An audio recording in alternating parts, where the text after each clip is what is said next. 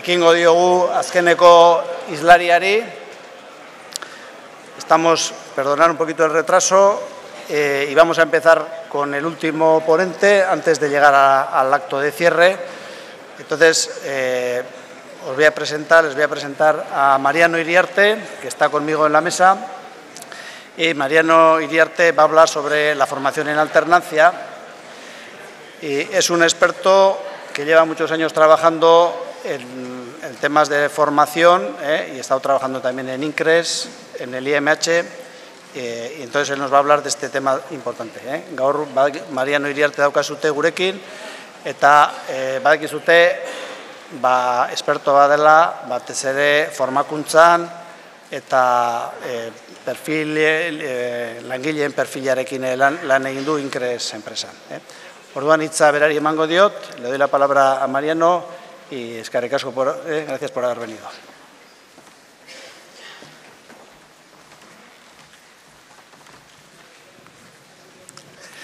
Egunon, buenos días a todas y a todos. El viceconsejero no sé si está aquí, pero en todo caso le quería dar las gracias porque para mí es un placer el hablar de la alternancia y hablar ante este semejante público donde la formación profesional de Euskadi y la formación profesional de España están aquí representados, ¿no? Y digo que lo hago con mucho placer porque para mí la alternancia es como una joya. Yo hace exactamente 17 años inicié la implantación de la formación de ingeniería en alternancia en el IMH. La convicción que me guiaba en aquellos momentos sigue intacta, yo diría, tiene todavía más fuerza. Entonces yo aquí, ha dicho experto en alternancia, no me considero un experto en alternancia, me considero un experto más en empresa que en alternancia, pero yo aquí, además de transmitiros una serie de informaciones sobre la alternancia, quisiera compartir una convicción que va a ser la principal finalidad de esta exposición, una convicción que son dos ideas interrelacionadas que constituyen una especie de círculo o de relación circular y que es la siguiente. La alternancia es una herramienta de competitividad, sí, pero a condición de que nosotros cambiemos profundamente nuestra manera de, y hablo ahora a los centros, a los profesores, a los responsables de las instituciones educativas. Sí, la alternancia es una herramienta de competitividad, pero a condición que cambiemos nuestras maneras de ver la pedagogía, el aprendizaje y la relación con la empresa. A la empresa le pediremos otras cosas. Esto es necesario para que sea una herramienta de competitividad, pero al mismo tiempo, y es aquí donde digo que hay una relación circular, al mismo tiempo tenemos una gran oportunidad, porque a través de la alternancia podemos llegar a realizar este cambio cultural tan necesario del que el viceconsejero ha hablado. ¿Vale? Por eso, entonces, mi exposición la voy a dividir en dos partes. La primera parte va a ser información sobre los modelos de alternancia en Europa, dando algunos datos sobre su implantación y dando también algunos datos sobre el impacto que está teniendo en el problema del empleo de los jóvenes. Y luego la segunda parte es donde intentaré compartir con vosotros esta convicción que tengo sobre la alternancia. He querido coger datos de marzo de 2013 del Ministerio de Economía. Aquí veis tres gráficos. El primer gráfico representa la evolución de la producción industrial. Está la OCDE, Europa en rojo, y en puntitos está España. Como podéis ver, Europa está en niveles inferiores a los niveles de 2008, y España está 25 puntos por debajo de 2008. Si cogiésemos Euskadi, veríamos que en el año pasado, en 12 meses, ha perdido 7 puntos de producción industrial. Si estos datos los relacionamos con otros datos, como por ejemplo las partes de mercado mundial, constatamos algo que es evidente, una pérdida de competitividad. Y esta pérdida de competitividad, si cogéis la línea que representa la producción industrial de España y la invertís, la colocáis sobre el otro gráfico del paro de la población activa y prácticamente podríamos decir que cuadran. Si cogemos esta línea y la descomponemos por edades, vemos que evidentemente la línea del paro juvenil se incrementa estrepitosamente. Llegamos a niveles ya casi del 58% y he puesto también en negro, con datos del Eustat, he puesto en negro los datos de paro juvenil en Euskadi y veis también que se incrementan también demasiado, puesto que llegamos ya alrededor del 40%. Bien, estos datos, ¿por qué os los presento? Porque es de aquí donde hay que partir y en este sentido encaja perfectamente con lo que decía el viceconsejero. Aquí hay detrás personas que sufren y para nosotros esto es esencial. Y vamos a partir de ahí y frecuentemente, porque me considero alguien de la empresa y cercano a la empresa, voy a hablar de competitividad, pero no entendáis la competitividad como un término completamente ultraeconomista. Para mí la competitividad es empleos para los jóvenes, la competitividad es bienestar para las familias y entenderlo en este sentido, ¿vale? Bien, entonces la pregunta clave, la pregunta esencial es ¿y qué hacemos para crear empleo juvenil? Y veis, aquí he puesto, digamos, cinco variables y si os pidiese que apoyaseis en una de esas variables diciendo ¿dónde está la prioridad? Habría personas que dirían yo apoyo el 2, que consiste en conseguir nuevos mercados porque los nuevos mercados nos van a permitir tener más actividad, generar empleo. Y hay otros que dirían no, tenemos que apoyar en el 1 porque el 1 es la competitividad y depende, el crear empleo depende de nuestra capacidad para reducir costos de producto y para incrementar valor añadido en los productos.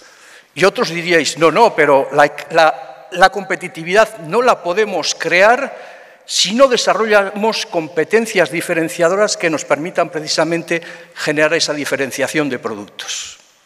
Y hay otros que dirían todavía, el problema que tenemos nosotros es un problema cultural, un problema de cambio cultural, del cual también se ha hecho antes referencia, cultural de las empresas y de las instituciones. Y en el único que no hubieseis apoyado seguramente sería desarrollar la formación en alternancia como respuesta global al problema del empleo juvenil. Pero mi intención va a ser, a lo largo de esta presentación, precisamente intentar situar la alternancia en aquello que llamo el círculo virtuoso. ¿Y qué es para mí el círculo virtuoso? Es muy sencillo, consta de dos partes. Tenemos que ser competitivos y para ser competitivos tenemos que generar diferencias a nivel competencial, pero al mismo tiempo, en la medida que somos competitivos, también necesitamos más competencias diferenciadoras y en ese sentido, en la medida que este círculo virtuoso está dinámico y vivo, eso genera actividad, eso genera nuevos mercados y eso genera empleo para los jóvenes. Pero resulta que tenemos un círculo virtuoso poco virtuoso. Tenemos un círculo virtuoso que funciona mal, que tiene muchas fricciones y yo diría mucha energía calorífica gastada. Y es ahí donde yo entiendo que el cambio cultural es fundamental. Hace un mes estaba con 55 más o menos directivos de empresas de la Federación Vizcaína de Empresas del Metal y yo les hice una sugerencia. Les dije, vamos a ver, el que de vosotros o vosotras piense que la competitividad de su empresa se encuentra en un cambio de mentalidades y en un desarrollo competencial, que levante la mano. Y las 55 personas levantaron la mano.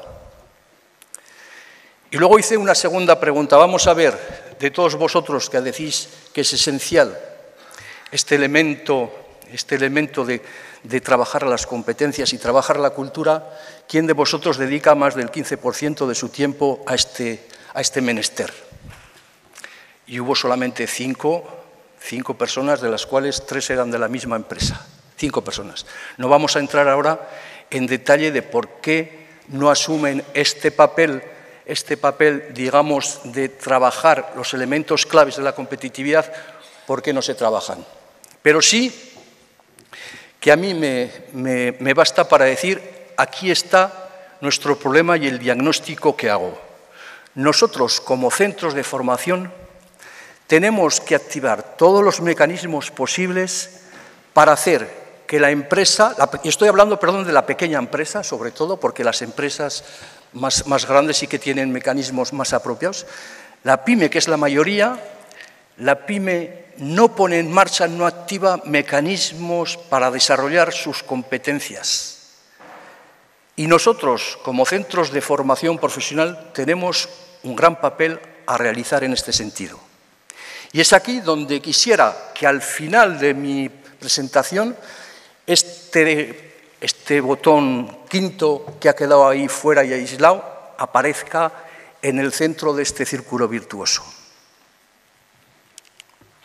Bien, como os decía, en la primera parte voy a hablar de modelos de alternancia y la segunda parte ya pasaré a hablar de lo que son los factores de éxito para la que alternancia pues sea exitosa, y luego hablaré de por qué entiendo que la alternancia es una herramienta de competitividad.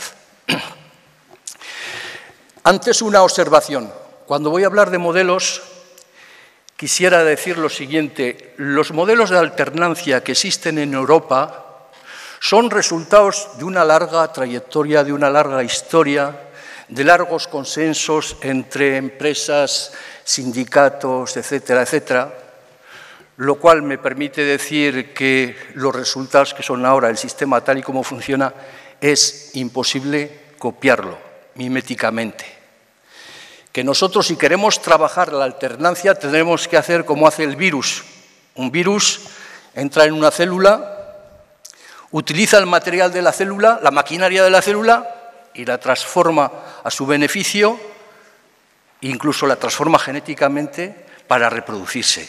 Nosotros con la alternancia vamos a hacer igual. No vamos a copiar, sí que vamos a aprender de las buenas prácticas, pero vamos a intentar, partiendo de lo que tenemos y de lo que somos, vamos a intentar construir nuestra propia alternancia. Pero antes quisiera clarificar el concepto de la alternancia. ¿Qué es la alternancia? La alternancia es la formación profesional que se realiza alternando periodos, atención, de aprendizaje en la empresa y de aprendizaje en la escuela. Yo diría, la persona de SIBI o de la formación en alternancia, antes que nada, es un aprendiz en los dos ámbitos, en la empresa y en la escuela. Es un aprendiz. Y esto es importante. Esto es importante porque uno de los riesgos que tenemos en la alternancia es que al final la alternancia en la empresa sea una actividad productiva donde no se aprende. La alternancia en Europa tiene variedad de construcciones y lo vamos a ver ahora, y los periodos en la empresa pues, pueden oscilar en función de la tipología de la alternancia, puede oscilar entre un 40% y un 80%. En este dibujo veis que hay 3 modelos, o por lo menos he identificado 3 modelos. El modelo dual, que es el que más se habla, y aquí sí que quisiera hacer hincapié, estamos hablando de la alternancia y muchas veces la alternancia aparece como el modelo dual. No, el modelo dual es una modalidad de la alternancia, aunque sea los sistemas más consolidados. Entonces, el modelo dual, ya veréis por qué lleva bien su nombre, y son los países, digamos, de cultura germánica. Está Suiza, principalmente para mí Suiza, Alemania, Austria, Dinamarca se ha incorporado más tardíamente, pero está también en el mismo sistema, y podríamos también poner en el mismo sistema los Países Bajos. Hay otro modelo que he llamado el academicista, que es un modelo, yo diría, más mediterráneo. Francia es el que encabeza esta modalidad, está Bélgica también, Luxemburgo, Italia, yo diría ingeniería en alternancia del IMH, CIVI y Casi Talent anteriormente. Todos estos son sistemas que yo enmarco en esta modalidad que llamo academicista, y luego os explicaré por qué. Y luego estaría el modelo, digamos, británico, donde estaría Inglaterra, Gales, Escocia, Irlanda del Norte, pero también fuera de Europa tenemos a Estados Unidos y tenemos a Australia, que siguen esta modalidad que llamo liberal. Veamos, entonces voy a coger diferentes dominios y voy a intentar explicar por qué he denominado estas alternancias, las he denominado como tales, ¿no? Tenemos el modelo dual. El modelo dual verdaderamente es dual, dos. Se construyen dos referenciales, el académico y el profesional en la empresa. Se construyen separadamente, luego se juntan. Hay un instituto que establece complementariedades, pero luego, cuando esta complementariedad está hecha, cuando el consenso está hecho, cada uno, los Länder con las academias o los centros de formación y luego las cámaras de comercio con las empresas, cada uno gestiona su referencial competencial. Y al final hay un examen que está liderado, digamos, por las cámaras de comercio en colaboración con los sindicatos. Luego, la formación en la empresa y la formación en la escuela están yuxtapuestas. Es verdaderamente una formación dual.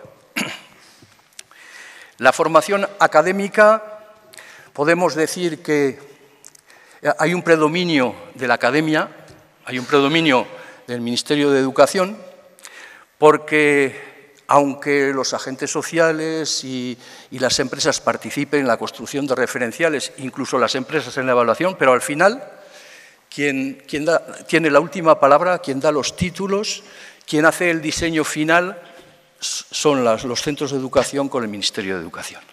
Y por eso me parece que conviene bien este nombre de academicista. No es peyorativo para mí. Es el dominio de lo académico.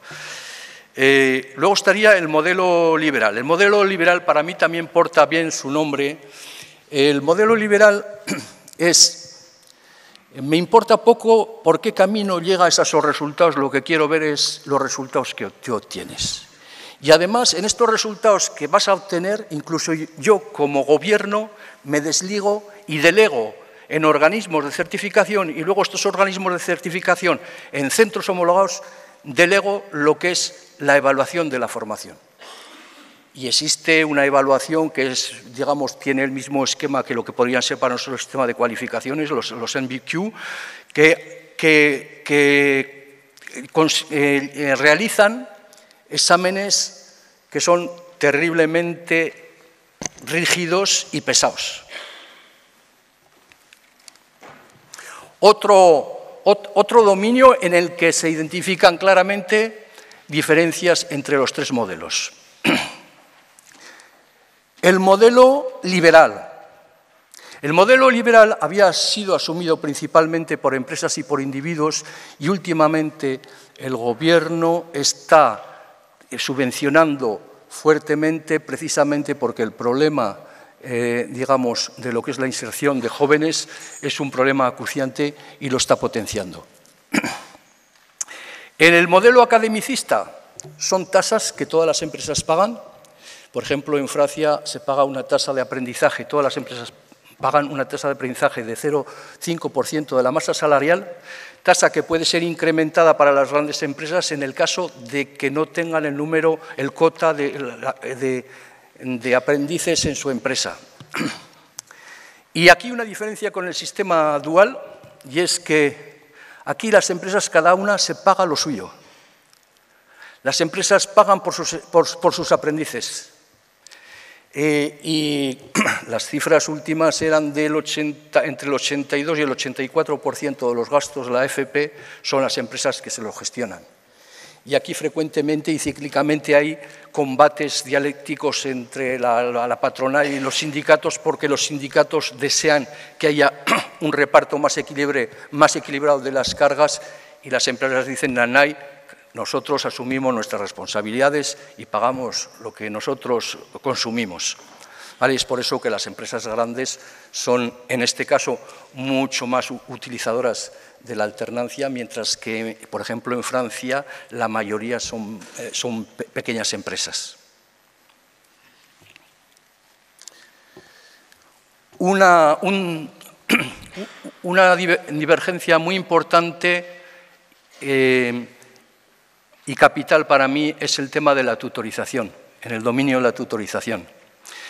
El sistema liberal, bueno, te aconsejamos que tengas un tutor, pero si no tienes, no pasa nada.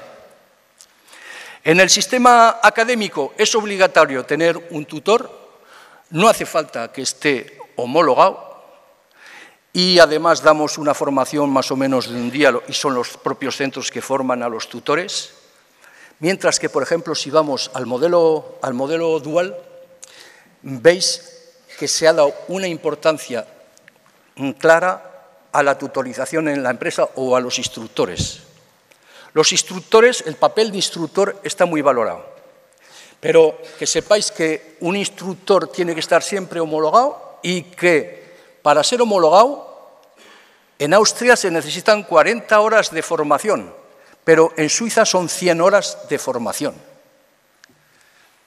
Coger a una pequeña empresa y llevar 100 horas de formación a un tutor de una pyme. Aquí. En el dominio de la retribución y de la contratación, aquí también hay diferencias. En Inglaterra no existía hasta hace poco contrato de trabajo, ahora están intentando implantar, contrato de aprendizaje, perdón. Existía únicamente un contrato de trabajo donde las dos partes, el empleador y el empleado o el aprendiz, negociaban el salario y las condiciones y punto. El gobierno está trabajando para crear, digamos, un marco de actuación y, por ejemplo, ha conseguido que haya un salario mínimo de 2,65 libras, es decir, 3 euros. Y la media actual de los aprendices en Inglaterra se sitúa en 200 libras, es decir, 233 euros mensuales. Si vamos a ver la contratación a nivel de lo que es el modelo academicista, primero veremos que hay, según qué países, infinidad de contratos. Creo que en Bélgica hay algo así como 6 contratos de aprendizaje diferentes dependiendo de la región y sector. En Francia hay 2 contratos de alternancia, de aprendizaje. Y lo que es interesante es que está regulado, hay unos mínimos regulados, y es que la retribución se hace de manera progresiva en función de la edad del aprendiz y del año de aprendizaje. De manera que vamos creciendo en retribución de 340 euros a 1.180 euros. Y en este sentido, digamos, la característica del modelo dual es muy parecido. Hay un contrato de aprendizaje y la retribución oscila entre 322 euros y 2.000 euros en función del año de aprendizaje, sabiendo que el aprendizaje en Alemania, por ejemplo, son más largos que los aprendizajes en el modelo academicista. El modelo academicista son generalmente 2 años, máximo 3, y en Alemania puede ser 2, 3, 4 años de aprendizaje. Bien, hemos visto un poco las características de estos 3 modelos y por qué las hemos definido de esta manera. Veamos un poco qué problemas aparecen.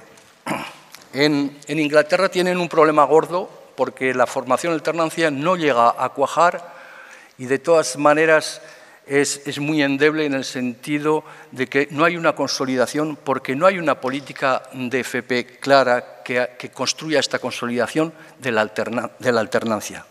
Y además, cuenta con un problema, la alternancia, porque la alternancia ha nacido como apoyo a jóvenes con dificultades de aprendizaje. Y esto hace que el valor social es bajo y que mantiene todavía esta etiqueta que hace que no coja más fuerza. Aunque últimamente están dando cifras espectaculares contestadas por los laboristas, porque dicen que son ficticias, etcétera, pero espectaculares. En el modelo academicista, ¿cuáles son los problemas que aparecen?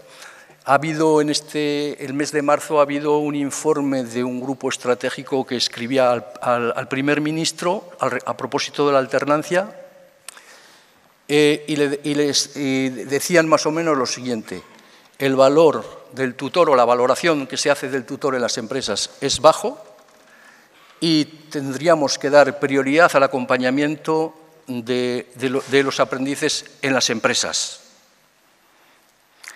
Hay un problema con las plazas, la energía que los centros de formación y las universidades realizan para obtener plazas de aprendizaje, en la medida que es un proceso que está descentralizado, pues es enorme. Los aprendices también realizan un trabajo importante de búsqueda de empresas, lo cual quiere decir que en la medida que no hay una regulación central, puede conllevar baches y problemas importantes. Y bueno, para mí un problema y también importante, y es que la valoración que se hace en la empresa, aunque se haga, al final lo que cuenta es la valoración del centro, y creo que esto tendría que ser también mejorado. Y si vemos los problemas que hay actualmente en la formación dual, es el problema demográfico. No se llegan a cubrir las plazas porque no hay gente, no hay jóvenes, pero además porque los jóvenes se sienten atraídos por formaciones universitarias de tipo no tecnológico. Y por ejemplo, en 2011 ha habido 32.000 plazas vacantes que no han sido cubiertas. Y luego hay otro problema, y es que aunque sobre el papel hay pasarelas claras entre la formación dual y la formación superior, pero luego hay barreras que hacen que el porcentaje de personas que pasan a la formación superior es muy bajo. Y uno de los problemas que ha sido detectado, y esto es un informe del OCDE que lo decía ya hace un año, el problema es como, aunque sea una formación dual y justapuesta, como el predominio del sistema lo tienen las empresas y las cámaras de industria y del comercio, al final, en la evaluación final, se evalúa lo profesional. Y hay competencias clave como las matemáticas que los propios alumnos sabiendo, o los propios aprendices sabiendo que no se tienen en cuenta, no le dan el valor que le tenían que dar. Y ahí tienen un problema importante a nivel de lo que serían las competencias clave. ¿Y cuáles son los éxitos? Pues evidentemente el modelo germánico tiene un sistema que demuestra que hay una baja tasa de paro juvenil, que han conseguido durante tiempo, ahora se incrementa un poco, pero han conseguido que la tasa de paro juvenil sea igual que prácticamente que la tasa de paro total. El éxito también es que la alternancia o la formación dual está valorada socialmente y sobre todo yo creo que el éxito es importante, es que tanto las empresas como los representantes patronales, como los agentes sociales, se han apropiado de este sistema y no lo quieren soltar.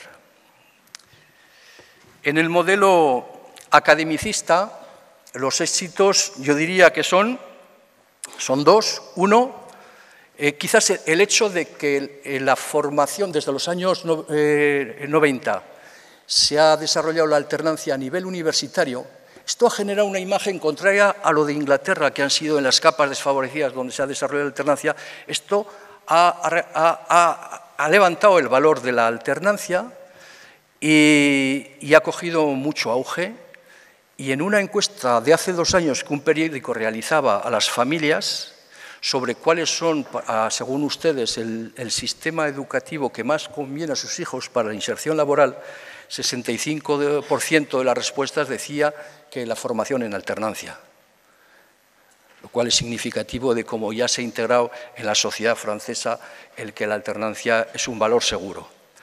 Y luego el otro éxito es que ningún gobierno de derecha o de izquierda cuestiona la alternancia, al contrario, hay cuestionamientos sobre la formación profesional en general, pero incluso en esos balances donde se cuestiona la formación profesional se termina diciendo y hay que favorecer la alternancia. Y evidentemente este compromiso de los gobiernos se traduce también en un compromiso económico importante por parte de los gobiernos. Bueno, y el éxito del modelo liberal sería en que en estos últimos años está creciendo de manera importante. Bien, voy a pasaros a daros rápidamente una serie de datos, los tenéis en las notas que os hemos dado. No me voy a entretener demasiado en ellos, pero sí que voy a resaltar aspectos que me parecen peculiares. En el modelo liberal, como os decía, ha habido un crecimiento en 2 años, entre el curso 2009-2010 y el 2010-11, ha habido un crecimiento de la alternancia del 65%. Si os fijáis en los datos, el 300.000 de matrículas en alternancia son de nivel intermedio. El nivel intermedio de los NVQ es un poco menos que el grado medio, ¿vale? Son formaciones equivalentes a un año. Pues veis que son la totalidad, es decir, la alternancia se sitúa particularmente en los niveles bajos de cualificación y si miráis el cuadro, veréis que hay un 25% de estas formaciones son cortas. Yo no sé si corresponden a los certificados de profesionalidad o todavía más cortas. Intuyo que son todavía más cortas, ¿vale? Entonces sí, hay un crecimiento y un crecimiento que se hace también con una buena parte en formaciones cortas. Y si cogemos ahora algunas cifras del modelo academicista y en particular del modelo francés, tenemos las cifras de 2011, donde 600.000 jóvenes realizan la alternancia. 600.000 jóvenes, si comparamos con la totalidad de los jóvenes que hacen la FP, representa casi el 50%. Y es verdad que una parte, más o menos el 16% de este 57%, son formaciones universitarias. Pero hay un tema curioso aquí, y es que... Hay un tema curioso y es que, si os fijáis en el gráfico representa los niveles escolares de entrada para la alternancia. Tenemos el nivel arriba en azul, que es el nivel más elevado, que representa a los aprendices que empiezan sin tener ningún nivel de cualificación, ¿vale? Lo que serían los alumnos que empiezan el grado medio aquí. Luego estaría la amarilla, la línea de los alumnos que empiezan ya teniendo lo equivalente a un grado medio, y las otras dos líneas representan a lo que sería una entrada teniendo bachiller y una entrada teniendo bachiller más 2 años. Como podéis constatar, los niveles inferiores se van reduciendo frente a la crisis y los niveles superiores de entrada se van incrementando.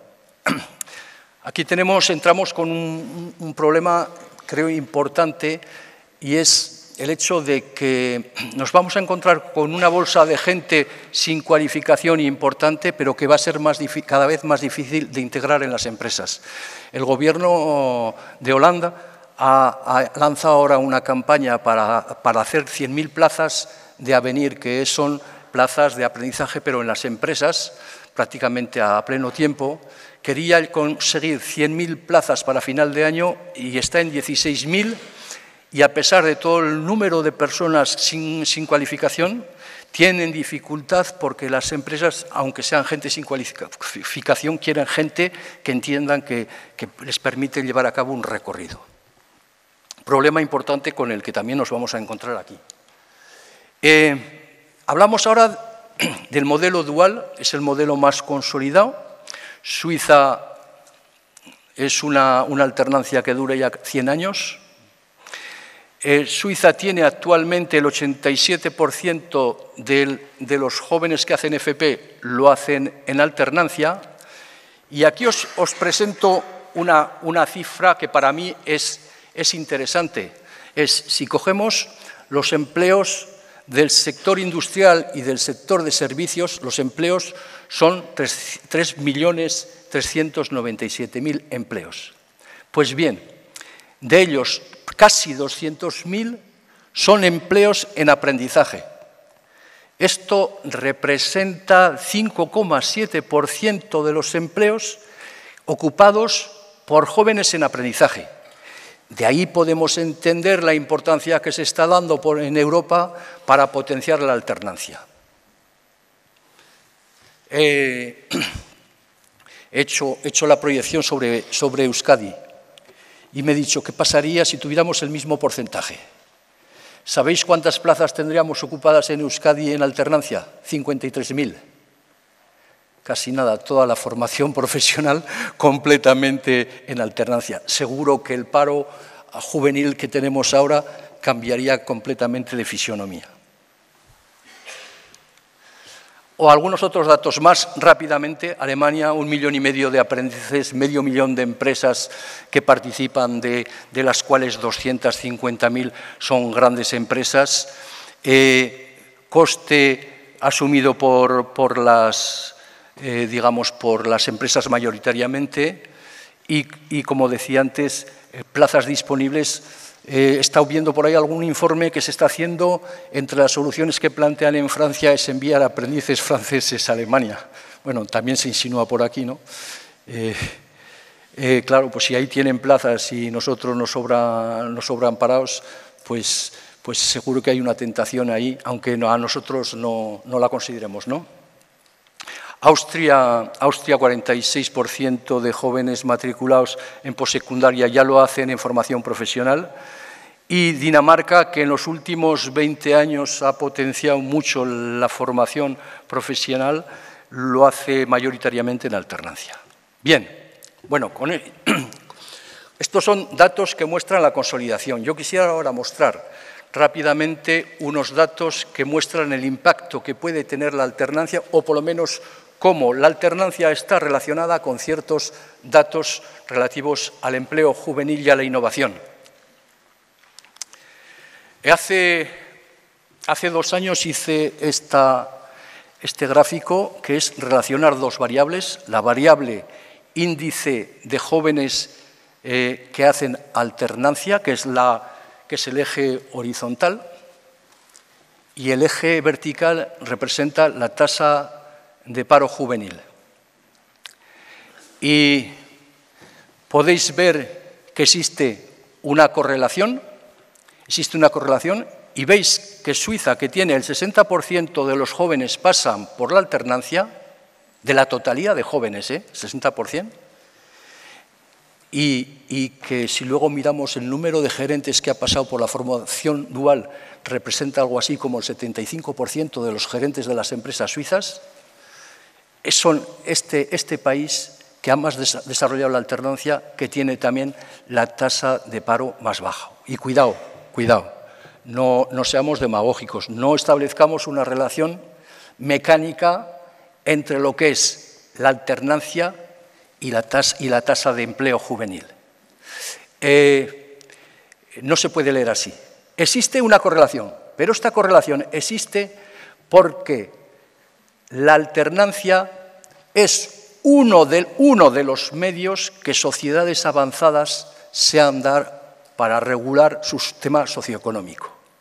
Y es en ese sentido que para mí es importante. Es decir, seguro que tiene un impacto directo en la tasa de empleo juvenil, ya lo hemos visto con Suiza, pero también es verdad que es un medio más que viene a hacer que los resultados de la tasa juvenil sea bajo.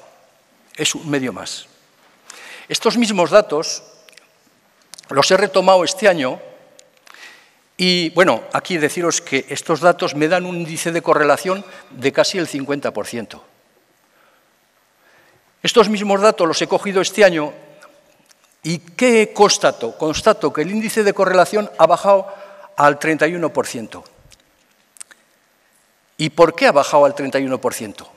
Cuando observo en detalle los datos de los países que más han desarrollado la alternancia, estos países han permanecido prácticamente estables. Y ahí donde ha habido dispersión, y es por eso que el índice de correlación ha bajado, es los países que se encuentran en la zona de la izquierda, entre ellos nosotros. Si ahora miro la alternancia relacionándola con otras variables, como por ejemplo la innovación y en particular el número de patentes declaradas por millón de habitantes, veréis que constatamos lo mismo. Suiza, que es la que más ha desarrollado la alternancia, es la que más patentes declara por millón de habitantes, 425 patentes por año por millón de habitantes. Y una vez más, que no lo leamos de manera mecánica, que veamos la alternancia dentro de un ecosistema que permite precisamente esa respuesta innovadora. Bien, pues yo aquí termino ya un poco con los datos, la parte que me sentía casi obligado a transmitiros para cumplir el expediente. Y ahora voy a hablar de la parte que hace parte de esto que os decía, de esta convicción que quiero transmitiros y de esta joya que es la alternancia. He dedicado una parte a factores de éxito de la alternancia. ¿Y por qué he dedicado a factores de éxito de la alternancia? Porque no querría de ninguna manera que el proyecto Exhibi u otros proyectos que aparezcan se aguachinen y pierdan significado y luego haya gente que diga la alternancia no vale para nada por tal y tal razón. Creo que hay factores de éxito que hay que respetar, que hay que trabajar y que serán la condición sine qua non para consolidar la experiencia. Y entonces hay para mí 3 factores de éxito evidentes que son, por el lado de la empresa tiene que haber una tutorización efectiva. Ya sé que cuando estamos con pequeñas empresas no es fácil y ahí tenemos una batalla, pero sabemos hacia dónde tenemos que ir. El segundo factor de éxito es el compromiso del aprendiz y el tercer factor de éxito es lo que llamo una pedagogía integrativa. Hablemos un poco de la tutorización efectiva. Lo primero de todo, el tutor tiene que entender que su papel de tutorización es un papel de valor añadido para la empresa. Hace 2 meses hablaba con un amigo que es director comercial de una empresa importante y él tiene la responsabilidad de 20 agencias comerciales en el sur de Francia. Y él me decía, fíjate, la alternancia para nosotros es fenomenal porque nos permite formar a gente. Primero, ver a la gente cómo va evolucionando, quedarnos con aquellos que son buenos, pero sobre todo lo que nos permite es que al cabo de 2 años estas personas son completamente operativas, conocen nuestros métodos, conocen nuestros productos y conocen nuestro mercado. Eso es formidable, es un valor impresionante. Pero ahí donde tengo problemas es con los tutores. A veces me llaman los tutores, oye, no me pongas otra vez otro aprendiz. ¿Por qué? Porque no entienden que para ellos esa inversión es una inversión de valor añadido. Y ahí nos topamos con lo que decía antes de este cambio cultural que va a ser necesario hacer, y es cómo toda la dimensión de aprendizaje que es clave para la competitividad, cómo esa dimensión hay que dedicarle tiempo de energía y tenemos que entender que solamente por ahí tenemos posibilidades de éxito. Otro elemento muy importante en la tutorización, el tutor tiene que desarrollar competencias que no tiene, que no conoce. El tutor tiene que tener en cuenta el referencial competencial que el alumno tiene que realizar. El tutor tiene que planificar las actividades, tiene que evaluar esas actividades y si ve que hay problemas, tiene que reorientar estas actividades. No es fácil, es un papel importante. Por eso, por ejemplo, en la formación dual, los suizos dan tanta importancia a este trabajo de tutorización. De mi propia experiencia en alternancia y hablando con mis compañeros de Exhibi, lo que está claro es que aquí tenemos un tema clave que hay que seguir trabajando muchísimo. Si miro fuera en el exterior, lo mismo. Los franceses están diciendo lo mismo, que su problema es trabajar el acompañamiento con los aprendices y, evidentemente, los de la formación dual, más o menos, digo, lo tienen resuelto porque lo tienen bien planteado. Otro factor de éxito es el compromiso del aprendiz en el aprendizaje. Y aquí me diréis, pero efectivamente, cualquiera que sea la actividad formativa, necesitamos el compromiso de la persona para aprender. Si no tiene compromiso, no aprende, sí. Pero todavía más en el aprendizaje. ¿Y por qué? Porque el aprendizaje en alternancia es un aprendizaje más complejo en la medida que son espacios diferentes y que el trabajo esencial de aprendizaje consiste precisamente en una integración y en una combinación de aprendizajes adquiridos en un lado y en otro. Y este trabajo lo tiene que realizar fuertemente, y para realizarlo necesita un fuerte compromiso. Y es verdad que la alternancia tiene una ventaja, y es que cuando un aprendiz está contribuyendo en la empresa, se siente reconocido, el propio aprendizaje cobra gran sentido. Pero depende también de cómo el aprendiz empieza a trabajar en la empresa.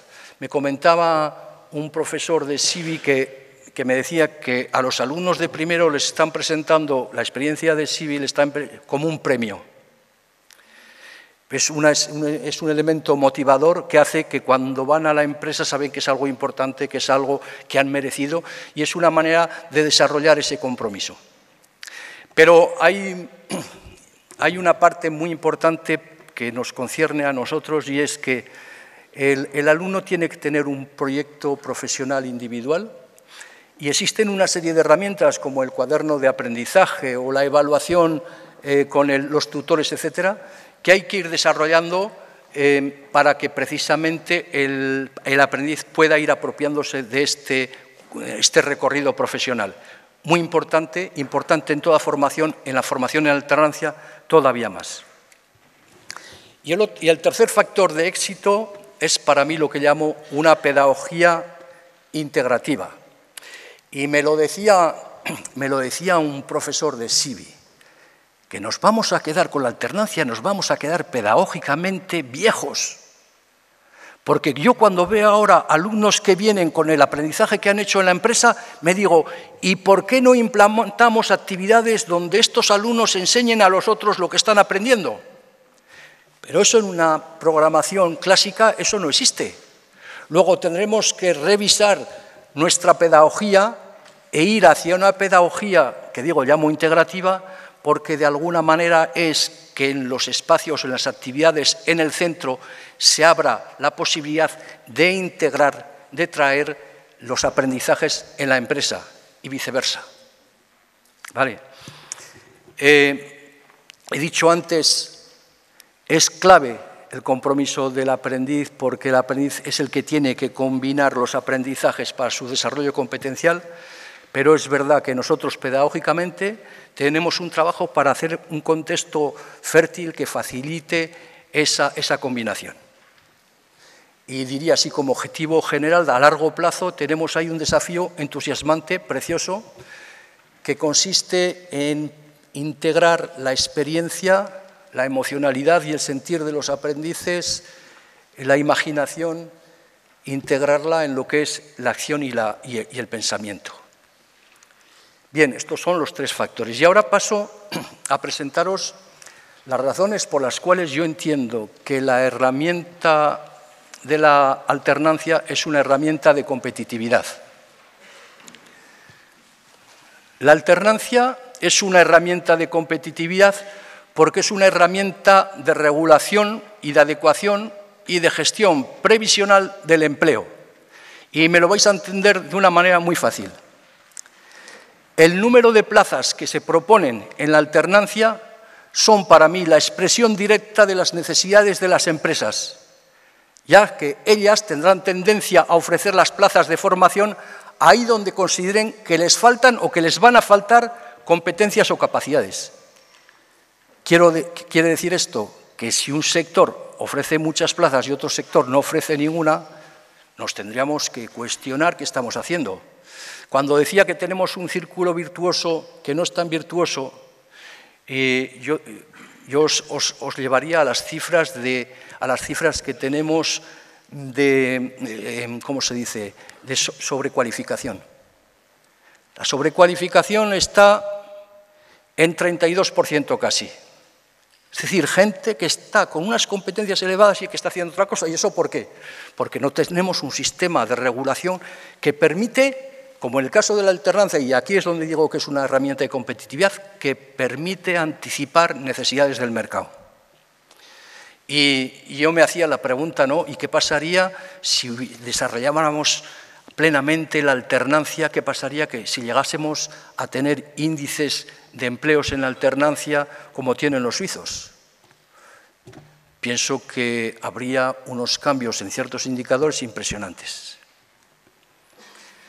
Primera razón por la cual me parece que es una herramienta de competitividad. Segunda razón, muy importante para mí, del lado de la empresa, porque es una herramienta de recursos humanos y porque es una herramienta de gestión previsional de competencias.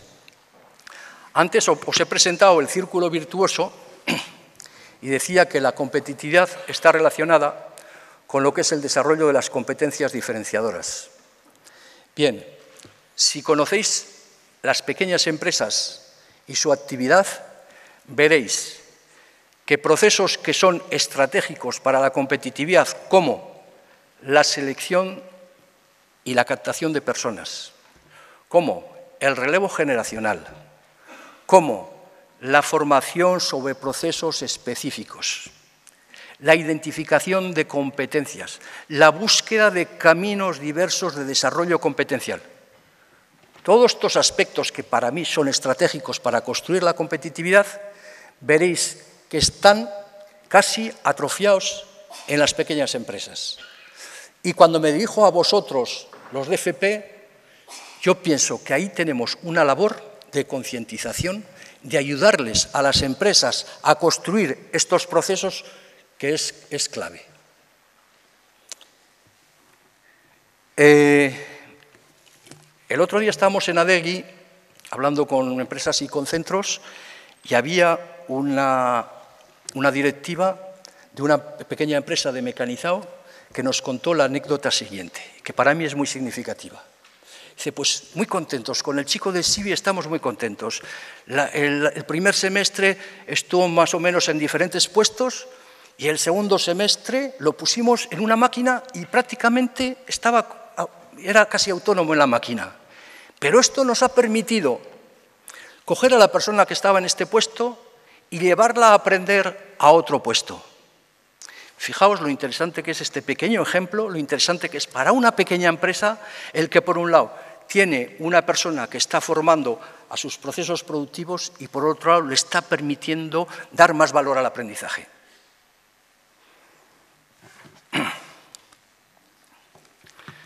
Bueno, aquí os voy, antes de leeros esta frase, os voy a citar una frase de un profesor de SIBI que me decía, oye, joder, ya no hablo solamente con el tutor de temas de SIBI, ya me llama para otros temas.